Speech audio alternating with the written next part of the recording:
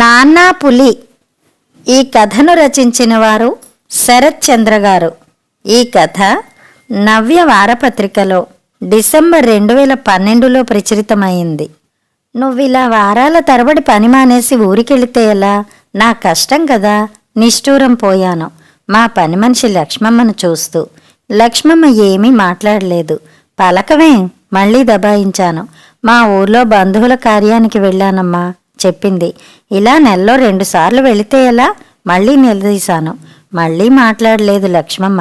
సర్లే, ఇంకోసారి ఇలా చేస్తే పని మానిపించి వేరొకరిని పెట్టుకుంటా బెదిరించాను.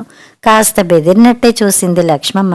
నిజానికి నాది ఉత్తుత్తి బెదిరింపు తప్ప నిజంగా తన్ని పనిలోంచి తీయాలని లేదు. అలా తీసేస్తే లక్ష్మమ్మలా ఒళ్ళు వంచి శ్రద్ధగా పనిచేసేవాళ్లు దొరకడం కష్టం. పైగా లక్ష్మమ్మలా నిజాయితీగా పనిచేసేవాళ్లు కూడా అరుదే. కనీసం స్పూను కూడా తాకని తన నిజాయితీ నాకెంతో ఇష్టం. అలాగని ఆమెను పొగిడితే నెత్తిని ఎక్కడ ఎక్కుతుందోనని నాకు కాస్త భయం. దాంతోపాటు జీతం కూడా పెంచమని డిమాండ్ చేయవచ్చు. అందుకే నిజాలను లోపల దాచేస్తూ ఉంటా. కానీ ఈసారి లక్ష్మమ్మ తను కూడా ఒక నిజం దాచినట్టు ఆలస్యంగా తెలిసింది. తను కొద్ది రోజుల ముందు చెప్పినట్టు తను ఊరెళ్ళింది బంధువుల శుభకార్యానికి కాదు. ఆ విషయం దాని కూతుర్ని చూసినప్పుడు, తనతో మాటలు కదిపినప్పుడు అర్థమైంది. ఆ రోజు లక్ష్మమ్మ స్థానంలో ఆమె కూతురు కృష్ణవేణి పనిలోకొచ్చింది. ఏమమ్మాయి, మీ అమ్మ రాదా అడిగాను. ఆమెకు ఒంట్లో బాగోలేదమ్మా, అప్పటిదాకా నేనే వస్తాను చెప్పింది. కృష్ణవేణి పనిచేసే తీరు చూసి ఇంటి పనిలో తనకు నైపుణ్యం లేదని అర్థమైంది. కృష్ణవేణితో పాటు దాని 2 పిల్లలు కూడా తల్లితో వచ్చేవాళ్లు. వాళ్లలో ఒకరి వయసు 5 ఏళ్లు, మరొకరి వయసు 6 ఏళ్లు ఉంటాయి. వాళ్ళని ఇంటి ముందున్న బల్లపై కూర్చోపెట్టి తాను పని పూర్తి చేసుకునేది. కృష్ణవేణి చెప్పినట్టు ఆమె తల్లికి అనారోగ్యం కాదని, తాను ఇంట్లో లేదని అర్థమైంది. తాను మరికొన్ని ఇళ్లలో పనిచేస్తుందనే సమాచారం తెలిసింది. మీ అమ్మ ఎందుకు రాదే? కృష్ణవేణిని నిలదీశాను. ఈ ఇల్లు ఇక ప్రస్తుతానికి నన్నే చూసుకోమని చెప్పిందమ్మా. అసలు విషయం చెప్పింది కృష్ణవేణి. ఇదేమైనా ఆస్త పంచుకోవడానికి అనాలనుకున్నాను. ఒకవేళ నా మాటలు రుచించక ఇది కూడా మానుకుంటే నాకే కదా కష్టం అనుకున్నా. పైగా హైదరాబాదులో పనివాళ్లకు ఉండే డిమాండ్ నాకు తెలుసు. మరో వారం రోజులు గడిచింది. పిల్లలు అలవాటు చొప్పున ఇంటి ముందున్న బల్లపై కూర్చునేవాళ్లు. పసివాళ్లు కదా అని ఇంట్లో ఉన్న బిస్కెట్సు, చాక్లెట్సు ఇచ్చేదాన్ని. పిల్లలు ఇష్టంగా తినేవాళ్లు. అయినా బడిలో ఉండాల్సిన సమయంలో తల్లి తోక పట్టుకుని తిరగడం నాకెందుకో అసహజం అనిపించింది. అదే అన్నాను, బడిలో వెయ్యకుండా నీతో పాటు తిప్పుకుంటే వాళ్ళ భవిష్యత్ ఏంగాను అన్నాను. రేపో ఎల్లుండో మా ఆయన మనసు మారి వస్తాడు కదమ్మా, వీళ్ళని అక్కడే చదివిస్తా అంది. నాకు కొంత అర్థమై కొంత అర్థం కాలేదు. మనసు మారడమేంటే, మీ ఆయన ఈ ఊళ్ళో లేడా అన్నాను. ఆయన ఇక్కడెందుకుంటాడమ్మా, ఊర్లోనే కదా ఉన్నాడు చెప్పింది. ఏం చేస్తుంటాడే అడిగాను. అక్కడ రైతుల చేపల చెరువు కాపలా ఉంటాడమ్మా చెప్పింది. మరి తీసుకెళ్లడమేంటి అడిగాను. కృష్ణవేణి సమాధానం చెప్పలేదు. చిక్కుకుపోయానా అన్నట్టు చూసింది. దాని ముఖం చాలా అమాయకంగా కనిపించింది. తేరిపార చూస్తే దానిలో కొట్టొచ్చే అందం కూడా కనిపించింది. సాయంత్రం మీ అమ్మను పంపించు, జీతం కొంచెం బ్యాలెన్స్ ఉంది ఇస్తాను చెప్పాను.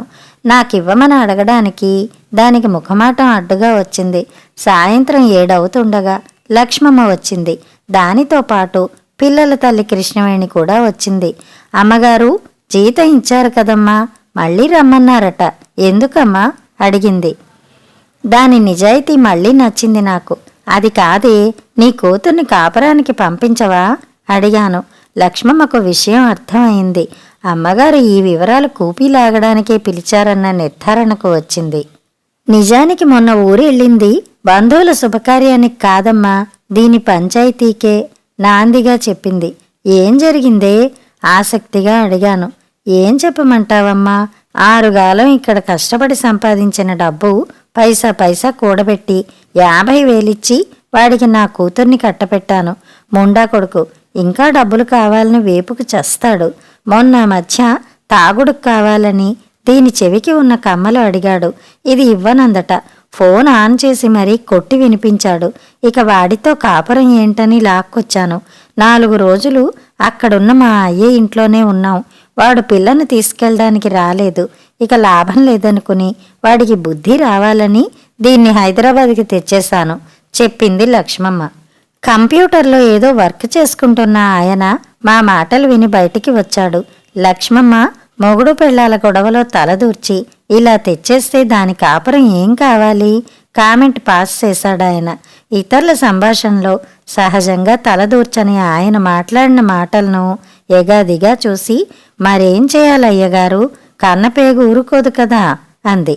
నాకు చప్పున మా అమ్మ లక్ష్మీకాంతం గుర్తొచ్చింది. ఆ రోజులు నాకు బాగా గుర్తు. శ్రీధర్ని నేను ప్రేమ వివాహం చేసుకున్నా. అప్పుడు ఆయన ఒక ప్రైవేట్ కంపెనీలో పనిచేస్తుండేవాడు. అసలే ముక్కుపైన కోపం ఉండే ఆయన వాళ్ళ బాస్ పైన గొడవపడి రాజీనామా చేసి ఇంట్లో ఖాళీగా కూర్చునేవాడు. ఆర్థిక ఇబ్బందులు మమ్మల్ని అతలాకుతలం చేశాయి. ఉన్న కొద్దిపాటి నగలు కూడా హరించుకుపోయాయి.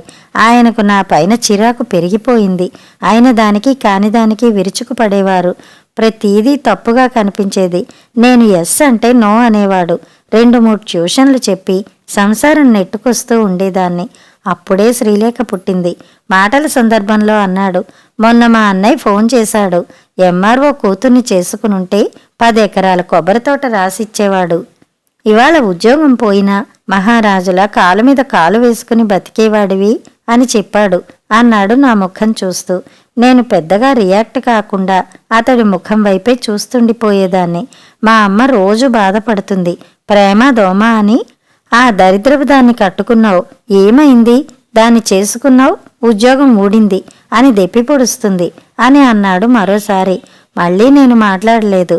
అతడికి సంపాదన లేదు, నేను సంపాదిస్తున్నాను. దాన్ని కప్పిపుచ్చుకోవడానికి మేలీగో చూపుతున్నాడనిపించింది. రక్షణ కవచాలు ఏర్పాటు చేసుకుంటున్నాడు అనిపించింది. అతడు దయాదాక్షిణ్యంగా నన్ను చేసుకున్నట్టు ప్రకటించడం, నన్ను నా శక్తికి మించి కృతజ్ఞత చూపాలనుకోవడం అంతా నరకంగా అనిపించేది.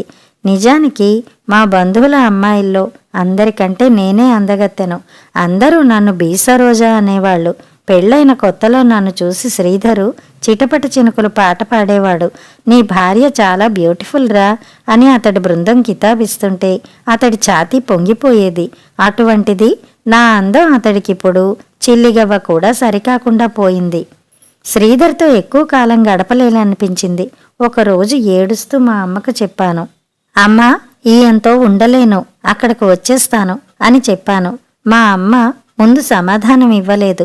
నేను రెట్టించి అడిగిన తర్వాత, వద్దు, మంచో చెడో అతన్ని నమ్ముకుని వెళ్ళావు, చావో బ్రతుకో అక్కడే ఉండు తేల్చి చెప్పింది. అమ్మ మనస్సు నాకు అర్థమైంది. నన్ను భరించడానికి ఆమె సిద్ధంగా లేదు. నాన్న అమ్మ మాట జవదాటడు. భర్తని వదులుకుని వస్తే నా భారం తనపై పడుతుందని, దానికంటే కూడా బంధువర్గంలో మరింత చులకన అవుతామని అమ్మ ఆలోచిస్తోందని అర్థమైంది. ఇవన్నీ చెప్పకుండా చెల్లెళ్లకు పెళ్లిళ్ళు కావాలన్న ముసుగు తొడుగుతుంది. అమ్మ హిపోక్రసీ నాకు నచ్చలేదు. అంతకంటే శ్రీధర్ దగ్గర బానిసత్వమే బెటర్ అనిపించింది. అదృష్టదేవత ఎందుకో నా వైపు కాస్త కనికరం చూపింది కాబోలు.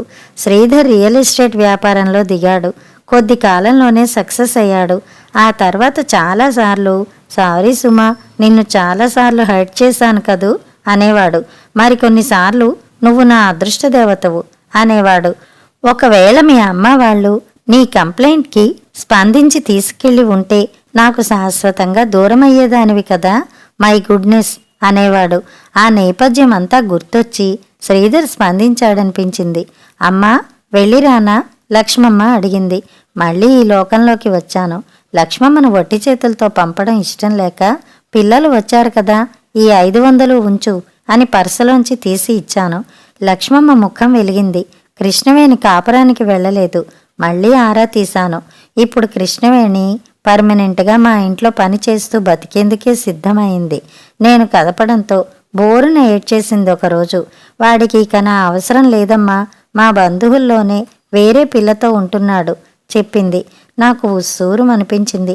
మళ్ళీ తనే, నా మొగుడు నన్ను కొడతాడు, చంపుతాడు, మీకెందుకు, నన్ను వెళ్ళనీయండని అరిచి గోల చేసినా మా అమ్మ పంపలేదమ్మా. వెళ్తే మా మీద ఒట్టే అని ఒట్టేయించుకున్నారు. అంది. అయ్యో, కృష్ణవేణి జీవితం అడవి కాచిన వెన్నెల అవుతుందా అనిపించింది. ఆ రాత్రి మా ఆయనతో చెప్పాను. లక్ష్మమ్మ మితిమీరిన జోక్యం వల్లే దాని కాపురం కూలుతుంది చెప్పాను. ఆయన కూడా ఏకీభవించారు. పెద్దవాళ్ళు మొగుడు పెళ్ళాల్ని కలపాలే కాని విడదీయకూడదు అని తీర్పిచ్చాడు. నేను కూడా నిజమే అన్నాను. ఆ రోజు మా అమ్మ నా కాపురంలో జోక్యం చేసుకుని ఉంటే నేను కూడా శ్రీధర్కి శాశ్వతంగా దూరం అయ్యేదాన్ని కదా అనుకున్నాను. లక్ష్మమ్మ భర్త కాస్త దూరంగా ఉన్న ఇంకో అపార్ట్మెంట్లో వాచ్మెన్గా కుదిరాడని అక్కడికి వెళ్ళిపోతున్నామని చెప్పి కృష్ణవేణిని కూడా తమతో తీసుకెళ్తున్నామని ఆమె స్థానంలో మరొక పని మనిషిని పెట్టి వెళ్ళింది. కాలం గిర్రున తిరిగింది. మా ఒక్కగానొక్క కూతురు శ్రీలేఖ ఇంజనీరింగ్ పూర్తి చేసింది. మా స్థాయికి తగ్గట్టు ఉండాలని కాలిఫోర్నియాలో స్థిరపడ్డ మా బంధువుల కుర్రాడు అవినాష్కిచ్చి పెళ్లి చేశాం. వెనక ముందు చూసుకోవలసిన వాళ్ళు ఎవరూ లేకపోవడంతో బాగానే లాంఛనాలు కట్నం ఇచ్చి పెళ్లి చేశాం. 6 నెలలు గడిచింది. ఒకరోజు శ్రీలేఖ ఏడుస్తూ ఫోన్ చేసింది. అమ్మా, నేనిక్కడ ఉండలేనమ్మా, వచ్చేస్తానంది. ఏంటి, నీకేమైనా పిచ్చి పట్టిందా? అంత మంచి సంబంధాన్ని చూసి చేస్తే కాపురాన్ని కూలదోసుకుంటానంటున్నావు, నీకేమైనా మతిపోయిందా అన్నాను. అమ్మా, నీకక్కడికొచ్చి అన్నీ వివరంగా చెబుతాను. నాన్నకు చెప్పి టికెట్ బుక్ చేయించమ్మా అంది. కాసేపు ఆందోళనకు లోనై సర్లేవే అని చెప్పాను. రాత్రి శ్రీధర్కి చెప్పాను. దీనికి అల్లరి కాస్త ఎక్కువ కదా, అల్లుడు గారు కేకలేసి ఉంటారు. శ్రీధర్ లైట్గా తీసుకున్నాడు. నేను కూడా అంతే అనుకున్నాను. హై స్కూల్ నుండి దాని అల్లరి వేషాలు నాకు తెలుసు.